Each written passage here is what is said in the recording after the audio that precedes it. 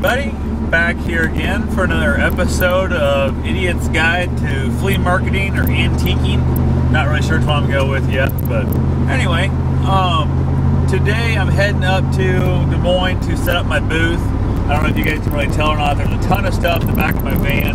This is an old, I think it's like a 99 or some crap, 98 maybe, I don't even remember. Hell, I need to probably know that stuff, don't I? But, Ford one-ton van.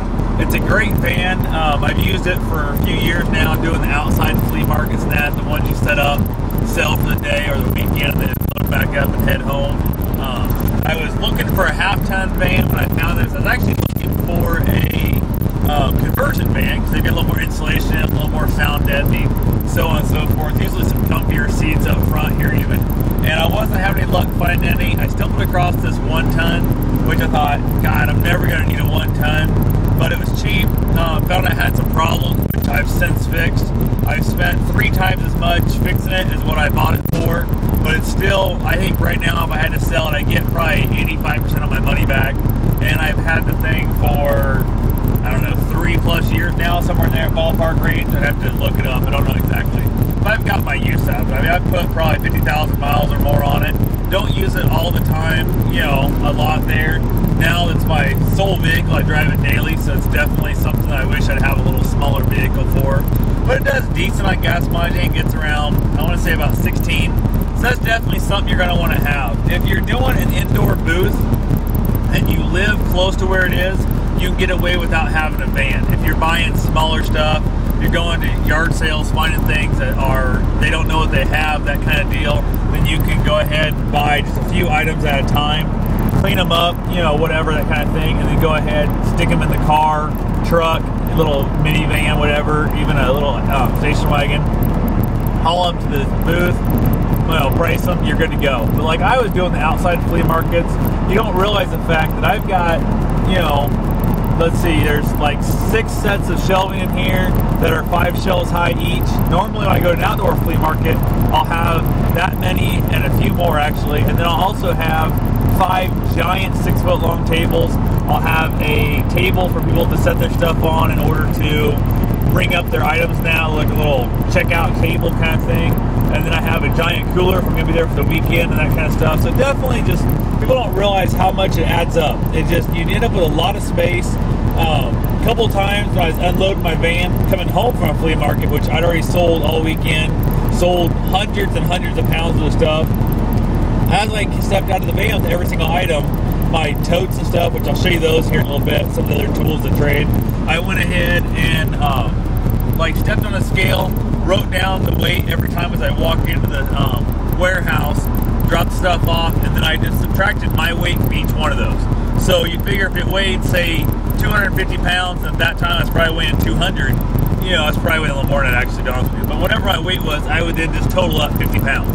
So each tote would weigh different. Some would only weigh 3 or 4 pounds, some would weigh 95 pounds in a tote. So it depends on what stuff I had in it at what time. So unfortunately at the time, my ex was the one doing all the buying, and if she went to an auction and she saw 2 identical items, or virtually identical, she'd pick them up, whichever one weighed the most, she'd bid more for it, because she definitely apparently loved to see me work. So she was into the heavy stuff. We did lots and lots of dishes, that kind of thing.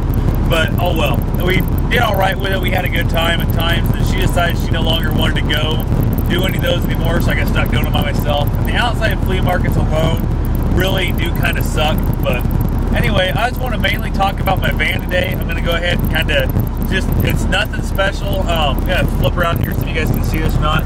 There's a crack in the windshield and that. Yeah, I got a big old busted spot down in the windshield. A couple things you're going to have. You're going to have the GPS, of course, air freshener. Some of the stuff will smell a little funky after a flea market. And pretty much that's what you need to do. So what you have here, like I said, it's a 1-ton van. And as I weighed everything out, I actually was overweight of what Ford recommends this van to carry for internal payload. So with my 1-ton, I was like 500 and some pounds over the internal weight load, which I'm probably not there right now because I don't have as much stuff in here for heavy stuff as I would an outdoor flea market. But I would sell things like, I'd sell cat litter. I'd sell, you know, laundry detergent. I sold all kinds of stuff. I didn't care what it was. If I could make $1 on it, I was going to sell it. So I had some really, really heavy stuff that did kind of end up weighing down the vehicle a little bit. But I took all my seats out of the back. I'm gonna get 2 seats up front here. And I also built a plywood floor so I can slide my stuff in. So definitely something like that works great. If I look back, I probably built it just a smidgen taller, and I could have got my tables underneath the floor, which would have made it a little bit easier for storing stuff, whatever. But that kind of thing is something I would redo if I redid later. Something you'd want to look at down the road. If anybody's going to revamp a van for a flea market type world, feel free to leave me a comment below, and I'd be happy to kind of work over some plans, the kind of stuff you plan on selling, and the kind of stuff like that you want to do. So I would be more than happy to assist you on drawing up those kind of plans and what worked for me and what I wouldn't recommend. So anyway, that pretty much solves the tool aspect of this, I guess. Is get yourself a van. You can get a truck with a topper. You can get an enclosed trailer. If you're doing like large items like lawn art kind of stuff, you get away with an open bed of a truck or an open trailer, but I don't recommend it for that, because if you ever want to spend the night somewhere on a road trip, that stuff's vulnerable. Stuff's open to be stolen. There's a lot of different problems there. Plus, anything that like you're doing clothes or doing books or anything like that get wet, they're going to get wet. I have all my stuff in totes, which I'll do an episode on that later too. And that does work if you're in the back of your truck and it's raining a little bit, but you wouldn't want them to sit in that all night long during a torrential downpour and try and, you know, solve that stuff. I mean, it's just going to get soaked. So definitely figure out what you're going to do if you're doing indoor flea markets, antique shops only, or if you're going to try and do outdoor. Outdoor is going to be coming up when it warms up, and then I will definitely hit those, and I'll tell you a lot more about that stuff during the warmer weather when I can discuss what I do there, kind of thing. So anyway, get yourself a good dependable vehicle, something cheap. You don't care if it gets banged up and scratched. You're going to want to park right next to a door. People are going to open their doors into it and smack it in the kind. Don't go out and spend $40,000 on a brand new, you know, van, whatever, some cube van, whatever.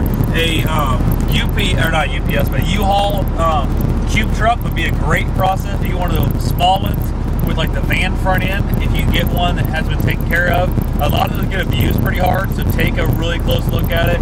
Preferably buy one that's not directly from U-Haul. Buy it from a private individual who's had it for 4 or 5 years, and they've, you know, kind of taken care of it. They've worked out all the bugs and stuff from U-Haul. So anyway, that's all I got for now. So have yourself a safe and wonderful day, and happy savings.